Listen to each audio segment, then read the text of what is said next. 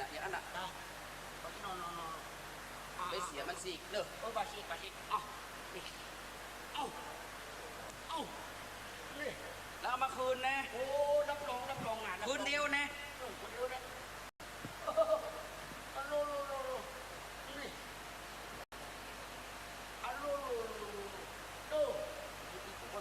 หมด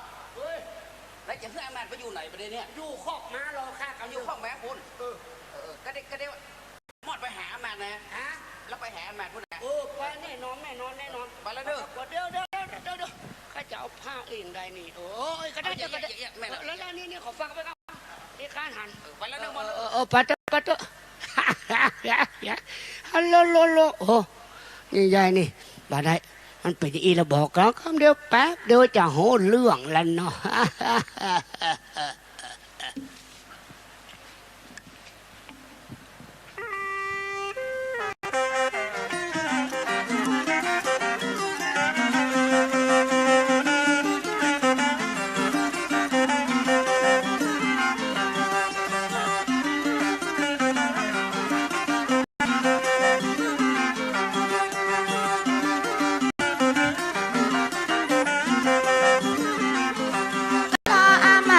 จะได้บอกมาพอถึงเวลาเมินมาแล้วล่ะ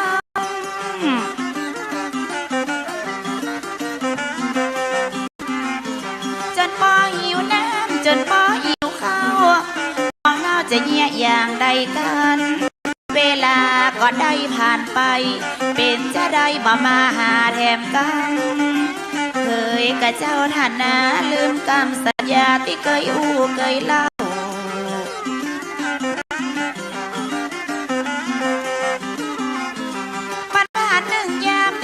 ก็ผ่านไปเป็นจะได้บ่มาหาน้องเนาปออยากกินน้ำปิ่นข้าวน้องเนาเกิดบ่บอกนอนในปีอาจปีไปอยู่ในอย่างมาน้อยใจลำเจนแต่ว่าปีอามาทรงยศจะลืมคำสัญญาที่ให้ไว้ประเดี๋ยวเนี่ย1 ยามก็ผ่านไปแล้วเป็นจะได้ประมาเต้าวเดียวก็ว่ามีอุปสรรคอย่างขวางต่างปีอามาตแต่ถึงได้จ้างอังสุมาลีก็ต้องอยู่ที่นี่รอเพราะว่านัดไปแล้วก็ต้องมาส่องว่าหาไหนก็แห้วจะได้อังสุมาลีปีมาแล้วเนอะเข้าใจไวเข้าใจไวเฮ้ยไวเปียมาทรงยศเข้าใจอันยังมาจ้าแต่ว่าเมากะไปมีไผ่หันแม่นกระเจ้าจะมีไผ่หันกระจายไว้ไป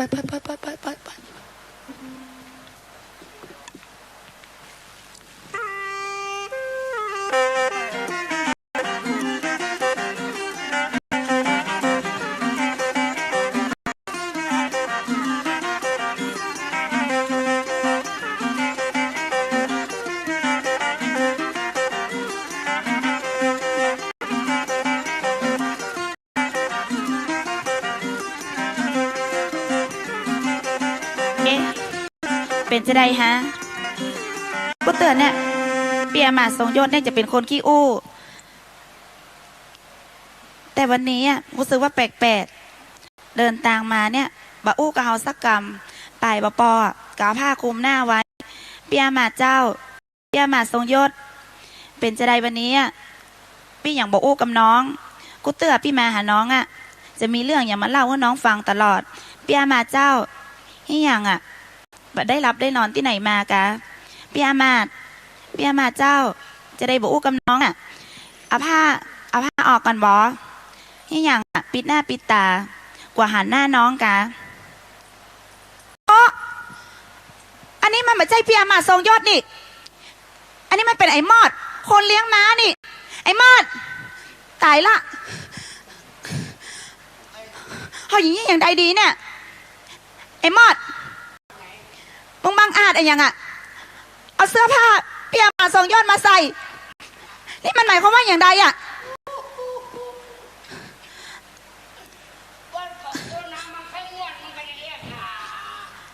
มันหมายความว่าอย่างใดตายละ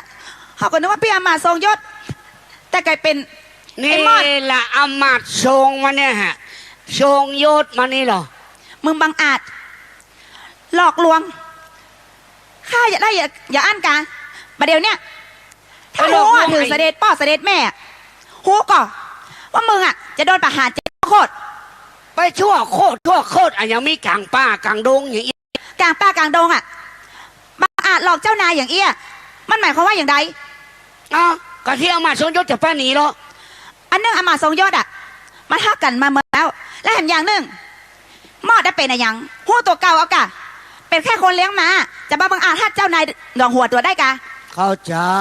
ความฮักมันมามีพรมแดน ความห้ามมันมีพรมแดนก็จริง อืม แต่มอดมันน่าจะบังอาจอ่ะ อาจอันหยังก็มาตัวกันนี่แหละฮะ ปาข้าไปส่งในเมืองเดี๋ยวนี้ โอ้บ่ไปออกมาแล้วไปบายแล้ว ไปมาได้อย่างใดในเมื่อปลาออกเมืองได้อ่ะก็ต้องปลาเข้าเมืองได้กะ เข้ามาได้ไปติ๊ก มอด ดูเนี่ย ใครโดนประหารกะ โอ้ไผ่มาประหารมี2 คนไผ่ประหาร มิไหนเสนาอามาตย์ มามี ประหาร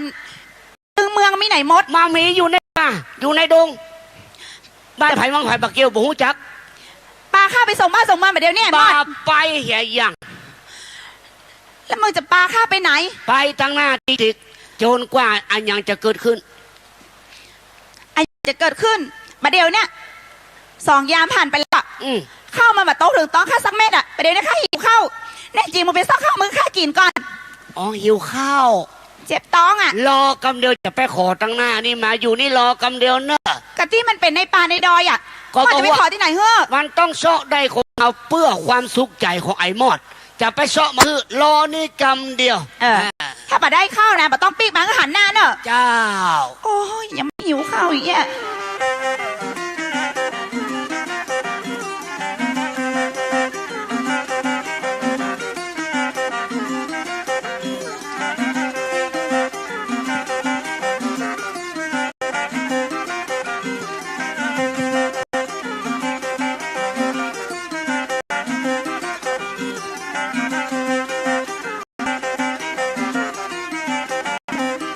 แม่นางอังสุมาลี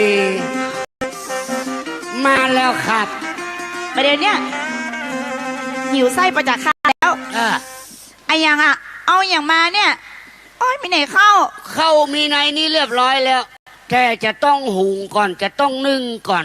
ต้องหุงต้องนึ่งทำไมเป็นแม่ละเมื่อไหรจะได้กิน อ้าวก็ต้องอดเอากะเข้ามันมาสุกแต่ลูก กับประเดี๋ยวเนี้ยข้าหิวอ่ะ ก็หิวก็จะใครอยากกินข้าวก็ต้องเป็นจะพุทธจะขาดก็เนี่ยอย่างมาได้ต้องนึ่งก่อน ต้องนึ่งก่อน นั่นต้องแกง มอด ก่อนเหรอ ประเดี๋ยวเนี้ยมึงจะเล่นไอ้อย่างกับกูประเดี๋ยวเนี้ย ก็เล่นจะเนี่ยกินเฮือ โอ้ยเจ็บท้อง ใจเย็น ข้าเราไหวแล้ว มอดยี่อย่างอ่ะ เอานี่มาคือกี่อย่างเงี้ย หวังว่าข้าจะอู้ดีกับมึงกัน นี่ใหญ่ มาต้องมาอู้แบบแย่ใดอย่างสักอย่าง มาเดี๋ยวนี้นะ ต้องมาพอหน้า แหงได้ ตึงวันนี่นะ นับตั้งนี้ต่อไป ถ้าข้าแม่นางอังสุมาลีน่ะ อู้กับมอดเนี่ยเกิน3 กัน จะย่อมเป็นเมียมึงกันแล้วกัน โอ้เกิน3 กำจะยอมเป็นเมีย อุ้ย กำเดียว แย่ใดอ่ะมันหิวข้าวแล้วอ่ะ จำไว้นะ ลูกกษัตริย์อย่างอี้อู้แล้วห้ามขืนกำเดี๋ยวก่อนเอากันอู้มากันเดี๋ยวจะนึ่งข้าวเดี๋ยวก่อน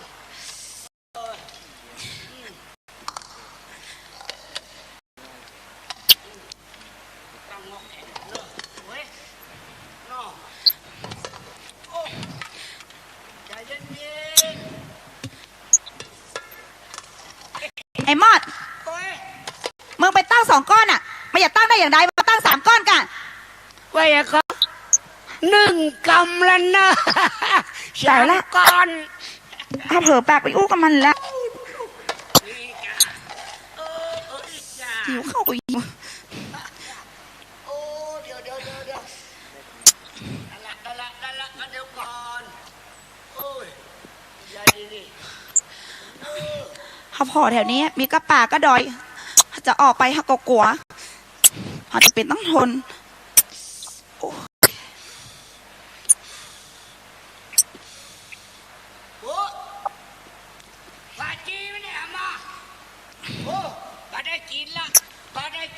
วายออกหมดแล้วตายฟาจีหายเอาหนึ่งเลยนี่เอาอย่ามาตึ๊ดนี่เอาตายก็มีมันหัวมึงฮะกะหัวไผ่หัวมึงนะไก่หมดสองกำเลยเจ้าเฮ้ยอีกาข้างแถมกำตายแล้วได้แล้วนี่ได้ดีอ่ะกำอยากกินข้าวบอหิวข้าวก็หิวอ่ะเจ็บท้องก็เจ็บอ่ะเอาละจะได้กินแกงแล้วเนอะข้าวมันใกล้จะสุกแล้วอ่ะแกงก็ดีแกงสุกก็ดีว่าเนี่ยเอาได้ดิโหปากที่ไหนหำหม้อปากหายไปไหน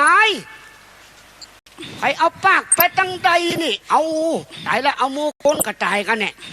ฮ้อนเหี้ยโอ้ตายแล้วล่ะโอ้เหี้ยนี่ปากไม่ไหน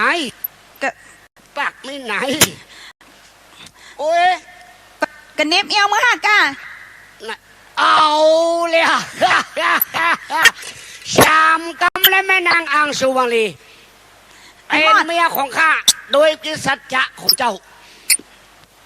ใช่กษัตริย์ตัดและบ่คืนคำก็จริงข้าได้อู้กับไอ้หมด3 กำจับว่าไอ้หมดตอนนี้ต้องห้องว่าไอ้หมดได้แล้วแม่นางยอมเป็นเมียของไอ้หมดคนเฮาเนื้อผูกกันแล้วมาตั้งบักแขวจักกันตกลงเตะนางเหยปิกไปก็บ่มีประโยชน์อย่างแล้วเพราะว่าแม่นางได้ลั่นวาจามาอย่างอีกข้าจะพาแม่นางเสาะว่าหากินไปทางหน้าไปตัวจะปีแล้วก็จะมีความสุขเต็มที่ไปเดินทางต่อไปผู้นี้เสียสิ่งนัก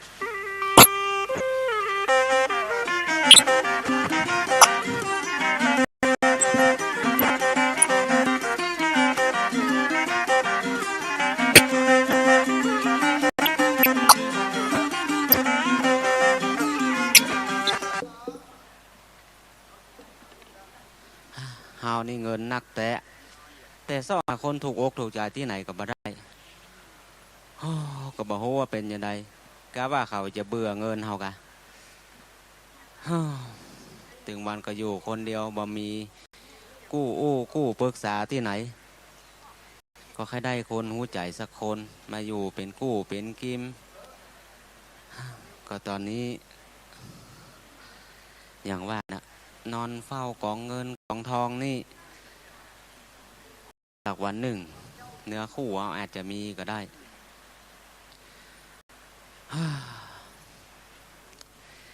ถึงวันนี้ก็บ่ม่วนอกบ่ม่วนใจเป็นพะวงเรื่องสตางค์จะเนี่ยอย่างไรดีถึงนี่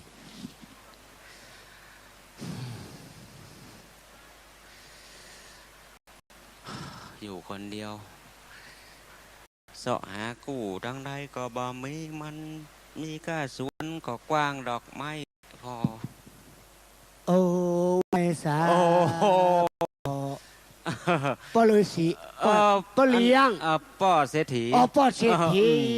โอ้ลูกทางใดมาทางใดเนี่ยโอ้เดินทางมาตั้งบ้านตั้งจองป้อเศรษฐีเดี๋ยวว่ามาหลายบ้านหลายเมืองครับมาเตียวมาอิดมาอ่อนใครมาแว่มาพักสักกั๊บได้ก่อครับอันนี้ไปเนี่ยอันนี้ถ้าอู้ไปคือเป็นแฟนผมครับอู้ซื่อๆว่าถ้าเป็นกำปื้นมากคือเมียผมครับเป็นไปได้กันเนี่ยครับผมชื่อไอ้มอดครับโอ้ไอ้มอดแล้วก็แม่นางคนนี้เหรอชื่ออังสุมาลีครับอังสุมาลีเข้ามาน้องๆเข้ามาว่าพ่อเศรษฐีเฮียเพื่อจะได้กินน้ำกระเปิ้ลสวัสดีนั่งขอนั่งกำได้ก่อนครับเอานั่งเลยเฮานี่การโอนเชิญโบนี่ก็ได้โบนี่ก็ได้สำหรับไอ้นั่งนี่ก็ได้ไม่มีปัญหาเขาสุขใจให้ยังเฮานี่การคนหน้าหมอดหน้าลายเลยเนี่ยคนหน้าหมอดหน้าลายมีเมียโอ้มันแบบเปิงเลยไม่มีอังโซมาลีอยากกินข้าวใครหิ้วแม่นางอุสมาใครหิ้วเมียอยากกินข้าวเรื่องข้าวเรื่องน้ำบ่ต้องกลัวหมอดมาบ้านนี่แล้วเนาะขอพ่อเศรษฐีด้วยกันเฮาแต่เนี่ยอย่างไรเนี่ยมันอย่างคนที่เฮาจะต้องเอาเป็นเมียเฮาก็ได้เฮาจะต้องวางแผนให้หมด วางแผนให้หมดไปไกลๆจาก อย่างปากพวงยุด เนี่ยหมด อะไรนะ ว่าแต่ว่าดีแปลว่าเดินตางมากวางมาไก่เนาะ ครับ คือว่าเดี๋ยวนี้นะหมอดเขาอยากกินข้าวบ่ แม่น ถ้าเขาอยากกินข้าวก็พ่อเศรษฐีก็จะเอาฮื้อเนาะ ครับ แต่ว่ามี มีอย่างมั้ง บ่เดี๋ยวเนี้ยคิงเนี่ยมีความผิดอย่างร้ายแรง พิษอันอย่าง เข้าบ้านเข้าเมืองเหรอโดยบ่ได้รับอนุญาตเนี่ยผิดกฎหมายนะฮู้ก็ฮะ กฎหมายอันอย่างเขามาป้อเศรษฐี ก็เป็นคนต่างด้าวอ่ะ เข้าบ้านเข้าเมืองมา ได้รับอนุญาตจากไผในเมื่อแคว้นเนี่ยเขตเนี่ยพ่อเศรษฐีเนี่ยเป็นคนครอบครองอ่ะ ข้าก็บอกโอ้ข้าอยากกินข้าวเมียข้าอยากกินข้าว เรื่องเข้าเรื่องน้ำมันมีปัญหา แต่กินข้าวแล้วต้องออกบ้านไป ถ้าบ่ไปพ่อเศรษฐีคนเนี้ยจะยับไป ไปข้าก็ ส่ง ไปไหน ต้องขัง ข้าจะเมียไปกะ บ่ได้ ถ้ามอดไปต้องเอาแม่นางอังสุมาลีอยู่นี่ ไปไหนข้าไปไหนอ่ะ ไปหาดอกกุหลาบมา ถ้าหาดอกกุหลาบมันจะไปมีอย่างใหญ่ บ่หัว ว่ะ มีบ่หัว ถ้ามอดบ่ได้มา ก็แสดงว่า แม่นางคนนี้จะต้องเป็นเมียของข้า โหไปอู้อย่างอ่านป้อเศรษฐีมีโต๊ะอี้จะเอานี่ไปแลกเปลี่ยนบ่ ได้เข้าเมืองโดยบ่ได้รับอนุญาตจากไผกะว่าจะไปอยู่ โอ้ จะไปก็ว่า ป้อเศรษฐี จะไปอยู่ข้อ อันที่เข้าบ้านเข้าจองป้อเศรษฐีโดยบบอกบักกล่าวข้าก็ลืมคืดไปนึกว่าป้อเศรษฐีใจกว้าง เอาในป้อเศรษฐีอู้อย่างอี้ข้าก็จะพยายาม ขออังสุมาลีฝากไปนี่ แม่น ต้องเอาเป็นรักประกันไว้นี่ ครับ อังสุมาลี ฟังอ้ายนะฟังไอ้หมอดเนอะอยู่นี่จะไปฮื้อป้อเศรษฐีใกล้ตัวจนกว่าอ้ายเนี่ยประสบดอกกุหลาบดำมาเนอะทำเนื้อทำตัวคือดีเขาหล่ำเข้ามาอย่างอี้ประจ้างยี่อย่างใด เจ้าไอ้หมอดไปเตอร์บ่ต้องเป็นห่วงอังสุมาลีจะฮักษาเนื้อแต่ตัวเก่าให้ดี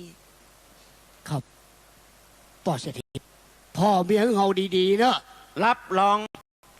พ่อเศรษฐีน่ะจะพอ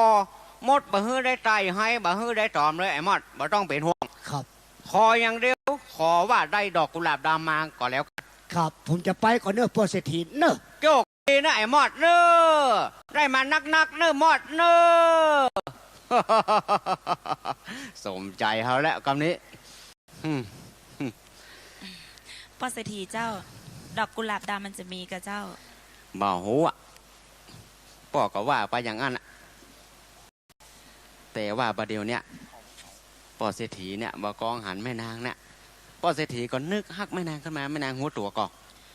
เศรษฐีเอาอย่างมาอู้พ่อเศรษฐีก็หันอยู่รอว่าข้าเจ้าเข้ามาในบ้านในเมืองนี้ข้าเจ้าก็มีลูกมีผัวอยู่แล้วพ่อเศรษฐีจะมาฮักข้าเจ้าได้จะใด แม่นางคืดพอเหรอไอ้มอดอ่ะมันไปมีที่ไหนหน้ามอดหน้าลายอย่างพ่อเศรษฐีเนี่ยมีพร้อมกูยังพร้อมที่จะให้ความสุขของให้แม่นางกูสิ่งกูยังชีวิตนี้รับรองว่าแม่นางน่ะจะบรรทุกต่อไปอีกแล้ว อยู่กับไอ้มอดอ่ะมีกัดตุกกับตุกหูก่อ ถึงไอ้หมอดจะตุกกับตุกแต่เขาก็มีความจริงใจ แต่พ่อเศรษฐีก็มีพร้อมกูอย่างใครได้ไม่ยิงที่งามๆที่หนุ่มๆก็มีปลาเลอะว่าจำเป็นต้องเอาข้าเจ้านี่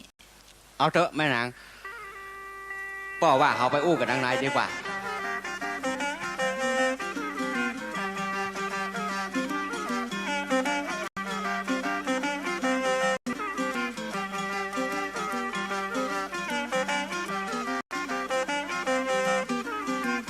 มันอยากมาเป็นน้ำมันอยากมาเป็นกรรมดอกกุหลาบดำมีที่ไหนบ้าง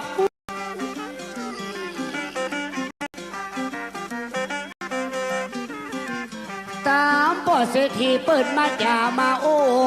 เปิดมาขู่เฮาเซาะเฮาหาดอกกุหลาบดำไม่ไหนกันเจ้าเต้วันคำเจ้าบ้านที่ไหนแถมกานาแม่นาเดินทางมาก็ไกลขนาด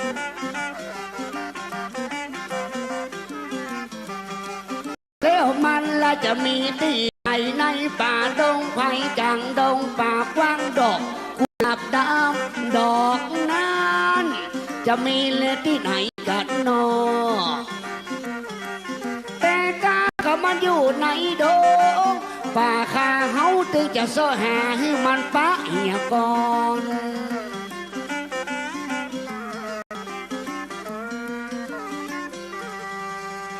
มันจะมีว่าดอกกุหลาบด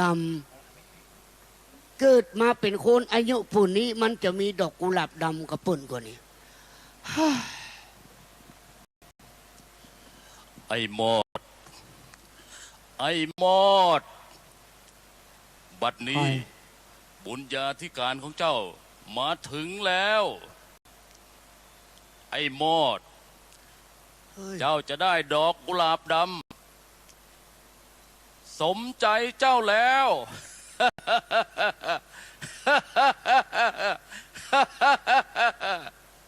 โอ้ยบุญค่ะไหวสาเสียงจากฟากฟ้าโอ้ยคนคิงปนลูกแต่โลนี่ไหวสาบนฟากฟ้าสิ่งที่เทพสิทธิ์เทพเจ้าบัดนี้ตามที่คิดนึกแล้ว ดีใจขนาดฮะจะเอาไปปิกไปยังบ้านยังจองไปหาพ่อเศรษฐีดีกว่าฮ่าสบาย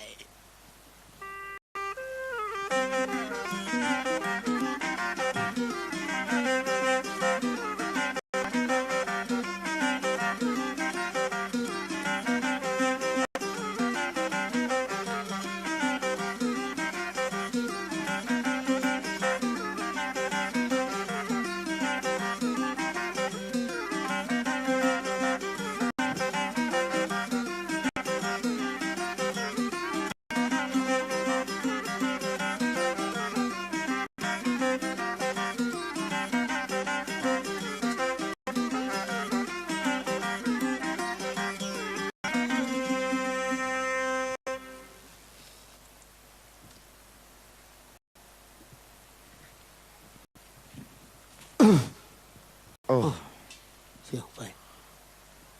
อยู่ในป่าในดอยนี่ โอ้ป่อฤาษีเจ้า โอ้ว่าไงนี่ เดินทางมาเอียกะเดี๋ยวทางเข้าไปดงนาป่าคาดงกว้าง โอ้แล้ว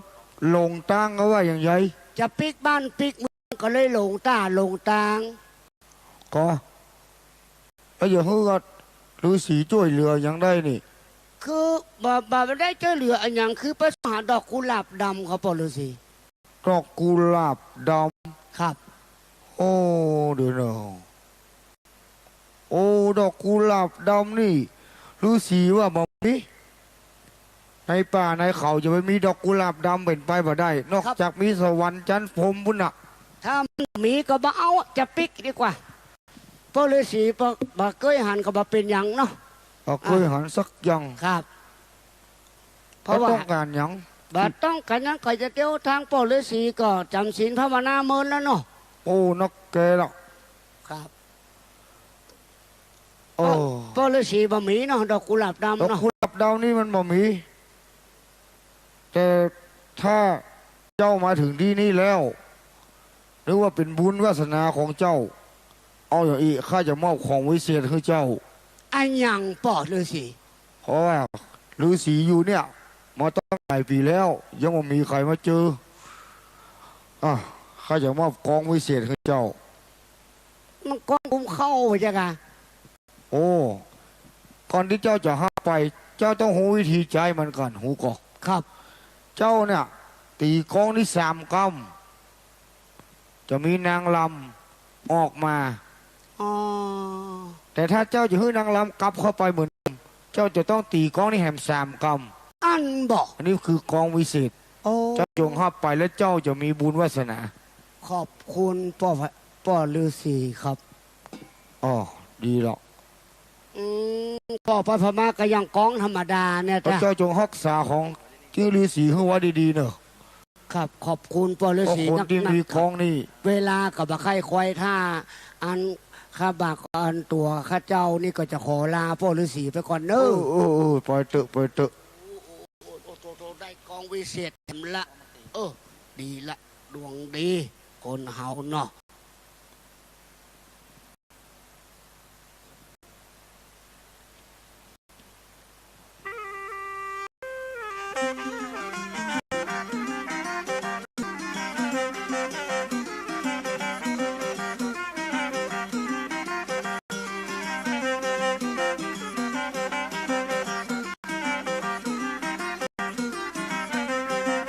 เดินข้างอยู่ในดงในป่า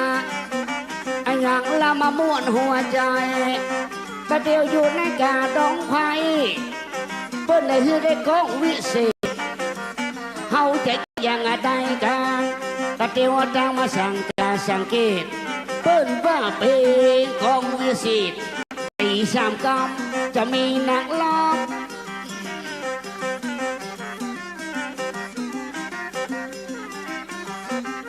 ตีนั่งละของไผ่บางโมเฮาเต็งแบบจื้อเฮาเต็งแบบจำอันนี้มันจะเป็นปันลำเป็นแค่ไผ่ดังตีนี้ปันดูของผู้ฤาษีใจมากปากดีแถมองค์เล่นนอนจีมและน้องเด้ออันนี้มันเป็นที่นั่งของไผ่แถมนี่บาหันไผ่สักองค์สักตนก็ยังเดียวกันนะแต่ถ้าใครหันนะแกมาเป็นไผ่ดีนี่ฮะ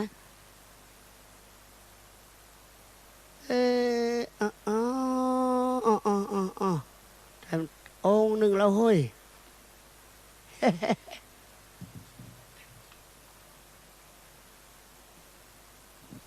เปลือฉีเนาะ แม่นละหลาน เนี่ยมอด เอา มอด เดินทางมา ลูกจากไหนมากัน โอ้กายขนาดอะจนปะอีดปะอ่อนนี่ มาเสาะดอกกุหลาบด อ๋อมาสอดดอกกุหลาบดำบดเดี๋ยวนี้หลานได้ ำ ก่อน มีก่อนประเดี๋ยวตั้งนี่มีก่อน ดอกกุหลาบดำนี่มันบ่ใจมี หายากหาเขียม บัดจ้อยถ้ามีจะเอาของแลกบ่ได้ อ๋อป่อฤาษีเนี่ยก็บ่มีหยังนอกจากโถงวิเศษ อย่างโถวิเศษโถเข้าเลยนะ บ่ใจอัน นี่ นี้ ไง เป็นโถงวิเศษ วิเศษอย่างไร คือว่ามันวิเศษ อย่างอีเนี่ยป่อจะบอกคือ โถงนี้นะเปิ้นฮ้องวัดโถงขี้ลัก อ๋อ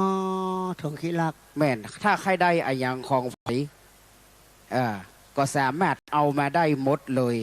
แต่ ใจโถงแก่นนี้ อ๋อ ถ้าหลานอยากจะได้อะยังของไผอีนะครับ ก็จะได้มาหมดเลยอย่างสมใจ โถงแก่นนี้แก่นเดียว เนี่ยอย่างอันเอาของวิเศษผมเหรอ ของวิเศษของ นี่ เจ้ามีอะยังกัน เนี่ยก็หาได้มาได้2-3 วันนี่ อ๋อก ล้องวิเศษ มันวิเศษจะใดอ๋อลองบอกคือตาโต ตามที่เปิ้นบอกผมมาถ้าตีชามกำจะมีนางลำออกมาไล่ล แต่ว่า ำถ้าตีชามกำสุดท้ายก็จะหายไปอ่ะ มันมีว่าหลาน ไม่บะมีห้องวะ ลองก่อย ลอง หลาน เนาะ แต่บัดแต่กับพ่อคนเดียวนึก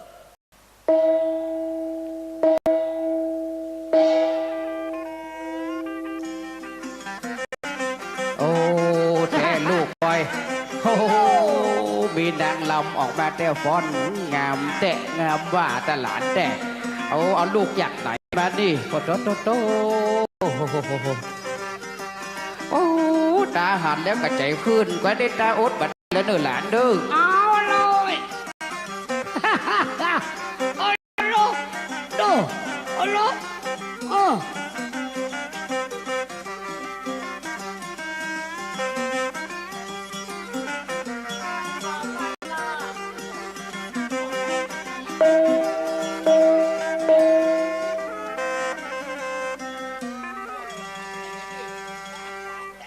มันมีในกองนี่แหละ หายไปในกองกันล่ะ เข้าไปอยู่ในกองเลยฮะ โอ้โหวิเศษแต่เฮ้ยแต่ปุ่นนี้ใครได้แต่ เอาแรกบอก อย่างอีเนี่ยแรกก็แรกตาใครได้ ห้ามขืนนะ บ่คืนถ้าตาได้กองนี่โอ้ตาอย่าเอาตีตึงวันก็บ่หลาน ตามใจจะตีกี่ห้องคืนกว่าเอาห้ามขืนนะ บ่คืนเข้าท่าแต่ เขาท่า ก็เด็ดตาอย่าลองตีก็เด้อ ปฏิเตื้อเขาบอกมีนี่ปฏิเตื้อ บ่ตีเตื้อ บ่ฮู้ตีเตื้อ โอ้ใจดีเขาเฮ้ยได้กองวิเศษแล้ว โอ้ตาตั้งแต่มาเป็นฤาษีนี่นะก็บหันจักกำได้เด้อกองวิเศษอย่างนี้นึกว่าโถงเฮานี่วิเศษแล้ว เป็นว่ากองที่ช่างวิเศษเหลือโถงก่อน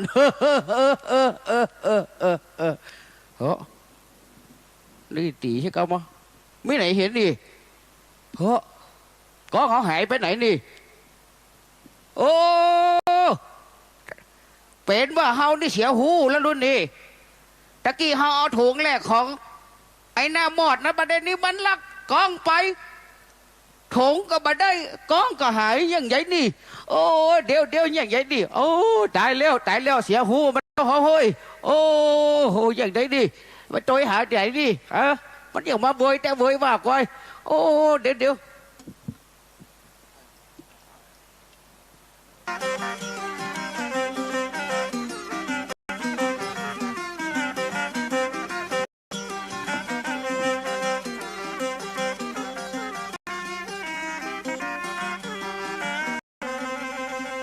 มันเป็นไผ่ตั้งใดเนี่ย อันนี้วอกก็ว่าลิงนี่ ป้าแดงโตนะกว่าพอเลยสิ เจอนั่งก่อน บ่ใช่โตตะกี้เนาะ เอาบะจ่าย ลักเลยลักตัวอีกบ่ใช่เนาะ บะจ่ายหรอ โอ้ก็ว่าซะ ไหวสาอันนี้มึงเป็นไผ่ลูกตั้งใดมานี่ โดนทางไก่บ่ใช่โตตะกี้เนาะ มาเจอตะกี้ โตตะกี้พลาดหลวกเนาะ ข้าหรอ โอ้คอยนี่ค่ะอันเนี้ยอันอยู่หมดล่ะ โอ้อยู่มานี่10,000 ปีละ ปัดเท่า10,000 ปีอายุเท่าไหร่บ่เนี่ย อายุได้18 อย่างนี้เนี่ยแล้วอยู่อีจำศีลภาวนาอีมีของมันยังดีๆไว้ห้องกันเนี่ย อยู่ตั้งบ้านนี่ก็มีของวิเศษอยู่อย่างหนึ่ง ตัวเฮานี่นะประสาะดอกกุหลาบดำมีก่อน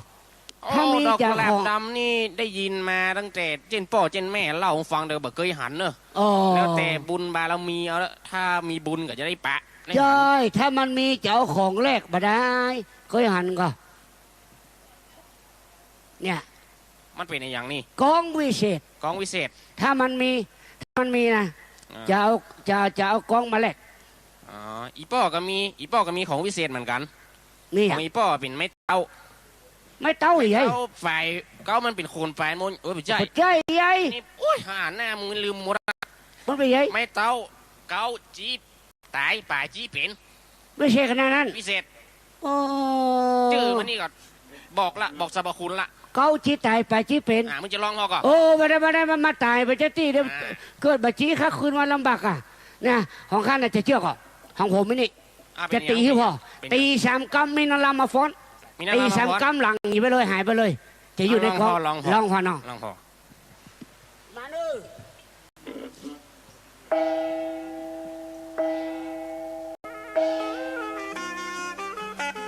โอ้นางรำออกมาเตะอ่ะปะโตหมอนอดาโฮ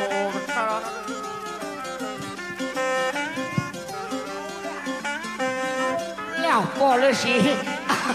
ไปใกล้นางรำนะจะเพชรศีลเนอะ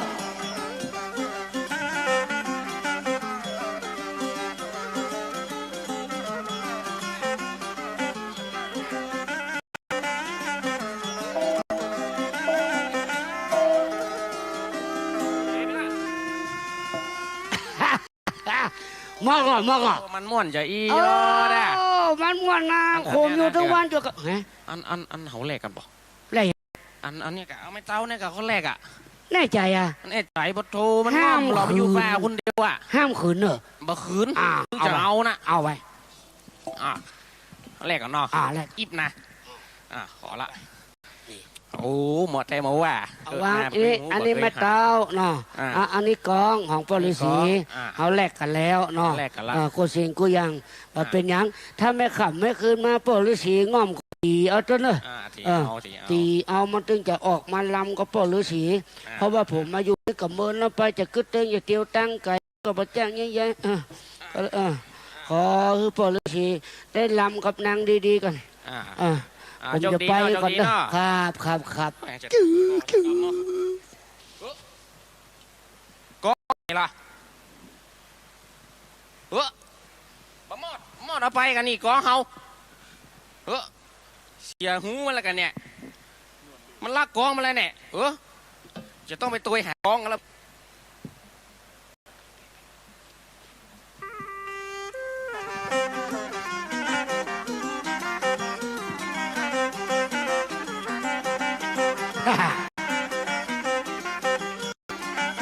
ได้ติงไม่เจ้าติงหงติงก้องเฮาก็ดึงแล้วแบบว่ามาหัวอกหัวใจติ๊กตั้งอาจารย์นี่ต่อวันต่อไปละไอ้หมดก็ใจจะสบายจนเขาของวิสิตได้เหี่ยวกุหลาบดำอันนี้ใบแม้แถมใหม่อันนี้เฮาก็ดึงใจได้เก้าจีตายไปจีคืน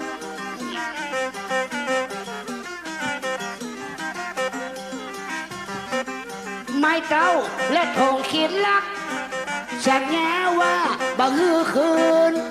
อันนี้สมาจิคืนเจ้ามากะสมาจิตาย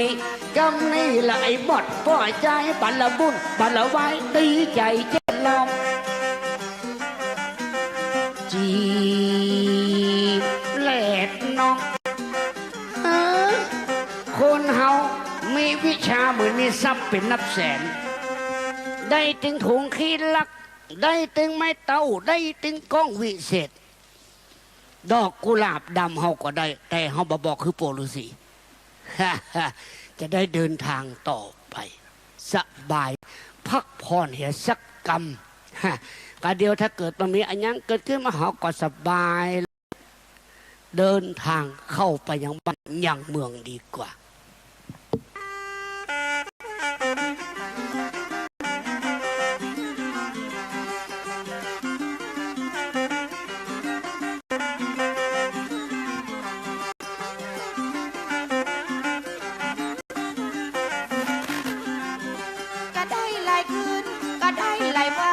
ก็ยังบางอันไอ้หมอดเตือนนะ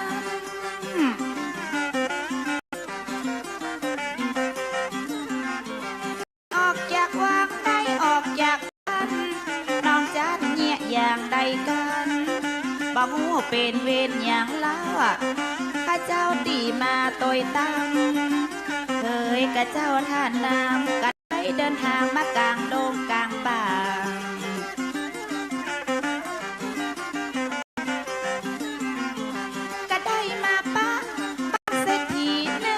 ใจดีมาตุกใจตัวค่ะ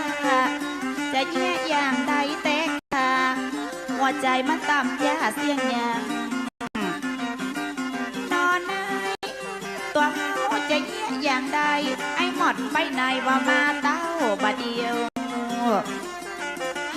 ตัวข้าก็สับสนเหมือนกันจะฮ้องว่าไอ้หมดหรือว่าไอ้หมดกันแน่ตอนนี้เฮาอะก็ตกลงคือกรรมสัญญาบอกว่าถ้าเอาอู้กับมอด3 กรรมแล้วจะตกลงเป็นเมียแต่ตอนนี้มอดอ่ะก็ออกจากบ้านป้อเศรษฐีนี่ไปก็ยังบอกมาเต้าประเดียวเขาก็บอกฮู้ว่าโอ้ เป็นได้ไหมนางป้อเศรษฐี เข้ามาที่อย่างนี้เจ้าก็อย่างไรยังคือเติงหาไอ้มอดอยู่กะนี่อย่างบักคือเติงล่ะไอ้มอดก็เป็นผัวของข้าเจ้า ก็ต้องกึดเติงหากะเนี่ยแม่นางป่านชนี้นะไอ้หมอดนะคงจะตายไปแล้วดูกประพวะละก้าแม่นางปอเศรษฐีเอาอย่างมาอู้ไอ้หมอดเนี่ยออกไปเสาะกุหลาบดำตามที่ปอเศรษฐีสั่งไป คนดีและผีคุ้มบอกว่ามันกันว่าไอ้หมอดเอาพญามาแล้วกะโทษปอเศรษฐีมาแล้วอังสุมาลีถ้าอยากได้ดอกกุหลาบมาเป็นช้าเป็นถุงเนาะกุหลาบดำแต่ ดอกกุหลาบด โอ้ ำถ้าว่ามันบ่มีความจริงอย่างขึ้นมามันก็เป็นไปบ่ได้พ่อเศรษฐีบัดนี้ข้าได้มาตามที่พ่อเศรษฐีได้ฮื้อมาบอกไว้แล้ว มันจะไปมีวะไอ้ แม่น มอด ก็ครับ ฮะ ดอกกุหลาบ เอา ดำนี่มีแต่กันเนี่ย คือพ่อเศรษฐีกำพ่อ เอานึกมันมาเล่น นี่ดอกกุหลาบด ฮะ มีแต่กันเนี่ยเอาละไอ้มอดอีป้าไหนไหมฮะฮะเล่นมาอย่างนี้ โอ้ป้าเศรษฐีอย่างอันน่ะโอ้ไอ้หมอดเนี่ยใดอ่ะป้าเศรษฐีไอ้อย่างก็ใจดำทำไก่หมอดอย่างอัน โอ้เฮานึกว่าในโลกนี้มันมีแล้วดอกกุหลาบดำกันจุมันไปเอามาดอกกุหลาบด แต่ข้าเจ้าบันนึกฝันว่าป้าเศรษฐีอ่ะจะจิตใจดำมาหิตทำได้ถ้าคนมันมีทางสู้อย่างอี้ทำที่ป้าเศรษฐีสั่ง บอกว่าไอ้หมอดอะไปเอากุหลาบดำมาป้าเศรษฐีใจดำไอ้หมอดเป็นอย่างเนี้ยไอ้หมอด ำ เขาเป็นได้ยังไงน่ะ มอด เศรษฐีเอาดอกกุหลาบมาทาหน้าทาตา โอ้ โอ้ไอ้ยังหน้าหมอดของเขาคุกค่าหายไปไหน อันนี้มันไม่ใช่ไอ้หมอดนี่ โอ้เป็นไปได้กันเนี่ย เขา โอ้ตะกี้ อันนี้ไอ้หมอดอย่างใดล่ะ อังสุมาลีอ๋อเป็นว่าผู้สิทธิ์เศรษฐีใจดำมันคือจะหูบเมียของอ้ายอังสุมาลี อันนี้ไอ้หมอดแต่ อันนี้มันเป็นความจริงกับเจ้า ว่าไอ้ายเนี่ย เป็นไอ้หมอด อ้าวก็ในเมื่อ ก็อ้ายบ่ได้ไปไหนอะอ้ายนอนอยู่ที่นี่อะ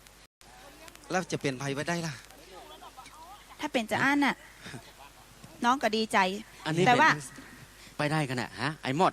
มาได้มันจะแย่งแม่นางไปจะได้เขาจะต้องรู้เอาขึ้นมาเลย เศรษฐีใจดำ ตอนนี้เนี่ยไอ้ายเอาของวิเศษ เอาไม้เต้าเนี่ยเอาตั้งเกาเนี่ยจี้คือมันตาย แต่ไอ้ายว่านะ ถ้าเขาทำให้คนตายนะเขาก็เป็นบาปติดตัวไป ใจละ น้องว่าอ้ายอ่ะบ่ต้องทำอย่างป้อเศรษฐีดีกว่า น้องอยู่ที่นี่อ่ะถือว่าป้อเศรษฐีอ่ะอยากจะได้น้องไปเป็นเมียก็จริง แต่ป้อเศรษฐีอ่ะบ่เคยลวนลามน้องเลย อย่างนั้นก็เดียวไอ้ายจี้เอาตั้งปลายจี้คือปอดเศรษฐีนะคืนมา เพราะว่าถ้าหากว่าเขาคือเปิ้นตายไปนะเขาก็เป็นบาป เอาอีดีกว่า เดี๋ยวไอ้ายจี้คือเปิ้นคืนมาดีกว่าเนาะ เอาคืนมาได้ปอดเศรษฐี อันนี้มันเป็นความจริงกับไอ้หมอด เป็นความจริ ว่าง ไม้ กัน เท้าวิเศษเนี่ย ที่ไอ้ได้มาเนี่ย โอ้อันนี้เอาเป็นอย่างไรเนี่ย อันนี้นะมันเป็นของวิเศษจากปฤษีที่เพิ่งอ้ายมา ฮะ อ๋อ อ๋ออันนี้ เป็นอย่างไปเนี่ยประเด็นเนี่ย อ๋อ ฮะ ปอเศรษฐีตะกี้นะปอเศรษฐีนะมีความโลภอยากจะได้เมียของข้าไปข้าก็เลยเอาไม้เต้านะตั้งเกานะจี้คือปอเศรษฐีนะตาย อ๋อ แต่ข้าคิดว่า ถ้าข้าทำปอเศรษฐีตายนะข้าก็ไม่ได้ประโยชน์อย่างขึ้นมา แถมปอบาปยังจะติดตัวข้าไป เพราะฉะนั้นข้าก็เลยเอาตั้งป่ายนะจี้คือปอเศรษฐีเป็นขึ้นมา เพราะฉะนั้นนะข้าอยากจะคือปอเศรษฐีนะเป็นคนดี จะไปโลภเอาเมียเปิ้น เอาเถอะมอดประเด็นนี้ป้อเศรษฐีเกิดได้แล้ว ว่ามอดนะเป็นคนดีมีคุณธรรม เป็นคนมีบุญญาธิการ นักบาเดียวเนี่ยของทรัพย์สมบัติของป้อเศรษฐีนะทุกสิ่งทุกอย่างป้อจะยกคือมอดแล้วก็แม่นางหมด อ๋อ เลย ปอเศรษฐีสำหรับสมบัติของปอเศรษฐีนะข้าขอคืนนึงปอเศรษฐีดีกว่า เพราะว่า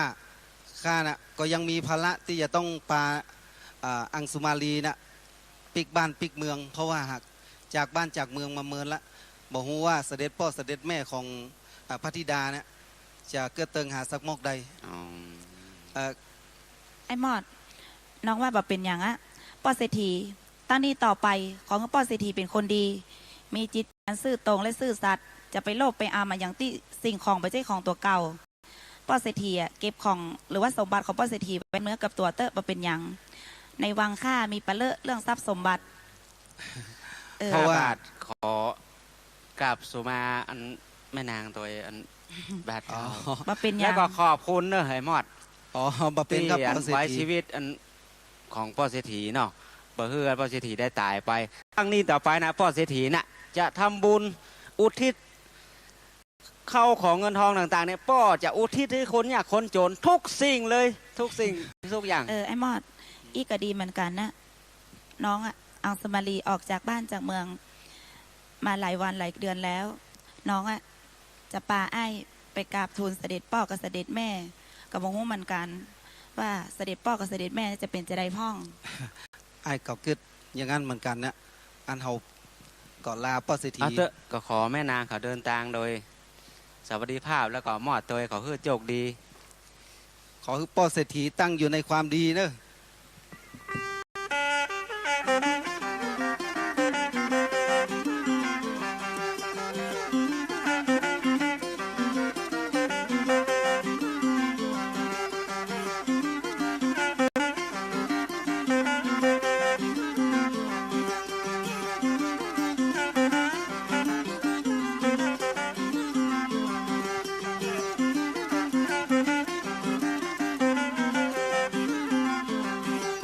ขึ้นต้องอาหารลูกอาศัยใจว่าหูจะไปอยู่ไหนกันเล่า ไปได้หลายเดือนหลายวันแล้วเจ้าพี่ นางสุกมาเลี้ยงลูกเต้าบาเลี้ยงนี่เฮาสั่งมงอาตาหันเขาก็เที่ยวสอดซ่องเขาก็ไปเที่ยวปางดุงกำท่านก็เขาก็ยังบอกอ่านลูกสาวของเฮากัน โอ้โหจะไปตกระกำลำบากอย่างใดเจ้าพี่ ก็บอกฮู้ว่าเป็นอย่างไรในใจหันปองปิดคือเธอก็ลูกของข้าบ่เดียวเป็นอย่างใดของแทบเขานั้นจังมาจังหันลูกสาวของเฮาก่อน ตามหาอังสุมาลีบ่ฮู้จะหนีไปอยู่ไหนแต่ละ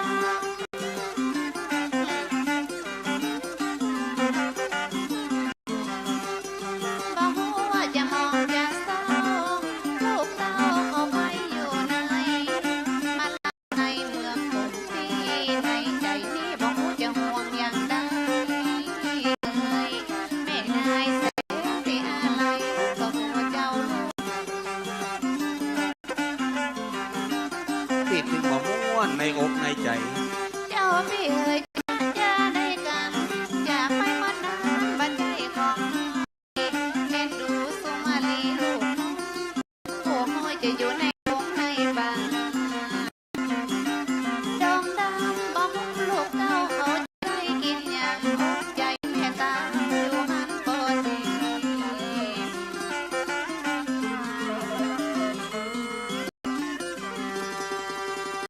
เนี่ยเจ้าปีก็ได้สั่งหมู่เสนาทหาร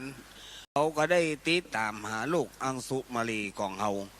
ก็บอกว่าจะเป็นตายร้ายดีอย่างใดก็บอกเนี่ยตึงวันเนี่ยเจ้าปีตึงใจบักให้ดี เจ้า ก็ ปี ตึง บา หาลูก เจ้าโอ้ เออ สนมตวม บะฮะบะป้าอันอย่างเลยกะ ไปสอดตามบ้านตามเมืองหมดกะ ไปหมด สน แล้วเจ้าบอกฮู้ว่าแม่นางควรจะไปตั้งใด พออย่างพี่แผ่นดินเสาะหาแล้ว บาดเจ้า ก็ยังบะหานเลยบอกฮู้ว่าอังสุมาลีลูกของป่อพญาเนี่ยเป็นตายไร้ดีอย่างใดก็บอกฮู้หรืออาจจะเข้าในดงในป่าจะเป็นอาหารของเสือของหมีไปอันกะ โอ้ปเจ้าพญาเจ้าจะไปบาดข้าเจ้าใจหายหมดบาดเจ้า เจ้าปีเฮ้ย แม่นางเป็นคนดีบาดเจ้า เป็นคนดีผีต้องคุ้มเจ้า ก่อนนี่อย่างอะลูกสาวของข้าเนี่ยถึงออกจากบ้านจากเมืองไป เนี่ยอย่างบาบอกฮู้ว่าจะเป็นตายไม่ดีอย่างใดก็บอกฮู้ กะเจ้า เจ้าพ่อพญาบาดเจ้าแม่นางมาแล้ว ลูก โอ้ดีอกดีใจ เออ โอ้ลูกของแม่โอ้ เนี่ยลูก พี่นี่ ลูก เนาะ เนี่ยเป็นคนที่มีบุญ แม่นาง นักแล้ว แม่นางไปไหนมาเนี่ย เนี่ยหูก็ขึ้นมานั่งขึ้นมานั่ง มา มา นั่ ลู ง ก กับแม่ เป็นอย่างใดพ่องเหรอ สนมต้วมสนมต้วม ไปหาน้ำหาอย่างมาคือลูกอังสุมาลีลูกข้าเว้ยเป็นจะได้เหรอป่อเนี่ย ไปอย่างใดมาอย่างใดเนี่ย เจ้าป่อกับทมถึงเจ้าแม่เนี่ยนอนก็ตึงบ่ค่อยหลับ กือเติงหาลูกอังสุมาลีลูก แล้วพ่อใจคนนี้เป็นไผ่ที่ไหนฮะอะ อันนี้ไอ้หมอดกา มัน ลูก มัน แม่นละเจ้าเสด็จพ่อเสด็จแม่ มันหมายความว่าอย่างไรเนี่ยฮะ เรื่องมันยาววันนั้นที่อังสุมาลีหนีออกจากวังนี่ ลูกอะได้นัดกับอามาตย์ทรงยศไว้ ว่าจะหนีออกจากวัง แต่ว่าหมอดเนี่ยได้ยินอังสุมาลีนัดกับอามาตย์ทรงยศ แกก็เลยไปดักอยู่ที่ใต้สวนที่สวนดอก แล้วก็เอาชุดของอาทรงยศใส่ แล้วก็เอาน้องหนีตัวไป แต่ว่าตอนนี้กระบอกหู้เหมือนกันว่าตอนนี้ไอ้หมอดคนเดิมเนี่ยกลายเป็นคนหน้าใหม่หน้าจี้ก็ลองถามไอ้หมอดพ่อกันแล้วกันเจ้า เมื่อก่อนเนี่ยเจ้าเป็นคนที่หน้าลายเป็นคนที่หน้าหมอดบ่เดียวเนี่ยกลับไปหน้ายิ้มแย้มแจ่มใสเพราะเหตุอันใดอันกะฮะ อ๋อพ่อพญากับแม่พญาข้าบาทจะเล่าความเป็นมาตั้งแต่ต้นจนจบจนถึงมาส่งแม่นางอังสุมาลีจนถึงในวังบัดเดี๋ยวนี้ ความเป็นมาของมันก็มีอย่างนี้ครับ เป็นอย่างไรฮะ หน้ากาเจ้าปีโอ้โหบันนึก เล่าไปเตอะเล่าเตอะบัดเดี๋ยวนี้มันยังคาอกคาใจอยู่บัดเดี๋ยวเนี่ยอ๋อคือข้าบาทน่ะ ใบหน้าใบตาพอเหรอเมื่อก่อนเนี่ยดูบ่ได้เลยแม่ก็ รอเราเอาการเนอะ อันนี้ บาดเจ้า ข้าบาทก็บ่ฮู้ว่ามันเป็นเพราะอะไรยังแต่คิดว่าอาจจะเป็นเพราะดอกกุหลาบดำที่ข้าบาทไปเสาะมา คือตั้งแต่เอาแม่นางอังสุมาลินออกจากวังไปข้าบาทก็มีเหตุการณ์ต่างๆไปเจอเศรษฐีใจดำนะครับที่ต้องการอยากจะเอา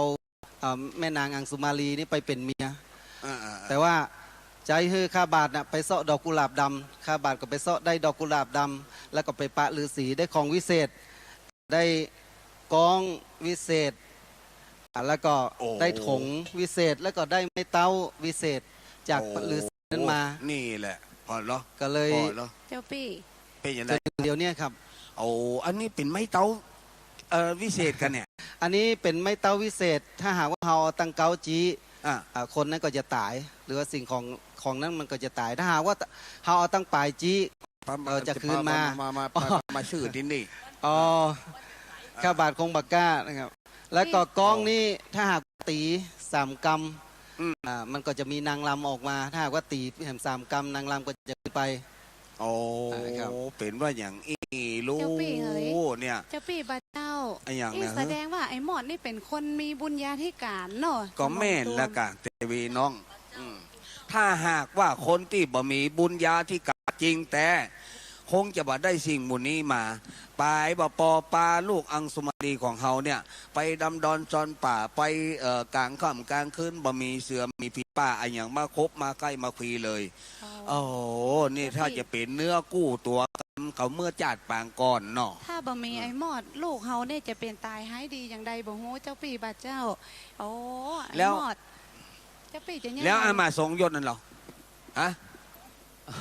อามาทรงยศข้าบาทก็ได้เปลี่ยนชุดกับอามาทรงยศก็คงจะมีอยู่ในหัวในวังนี่แหละครับเอาแล้วอังสุมาลีลูกเดี๋ยวนี้นะไอ้หมอดคนนี้เป็นคนที่มีบุญญาธิการนับตั้งนี้ต่อวันไปหน้าคงจะเป็นเนื้อกู้ของลูกแล้วพ่อจะคือ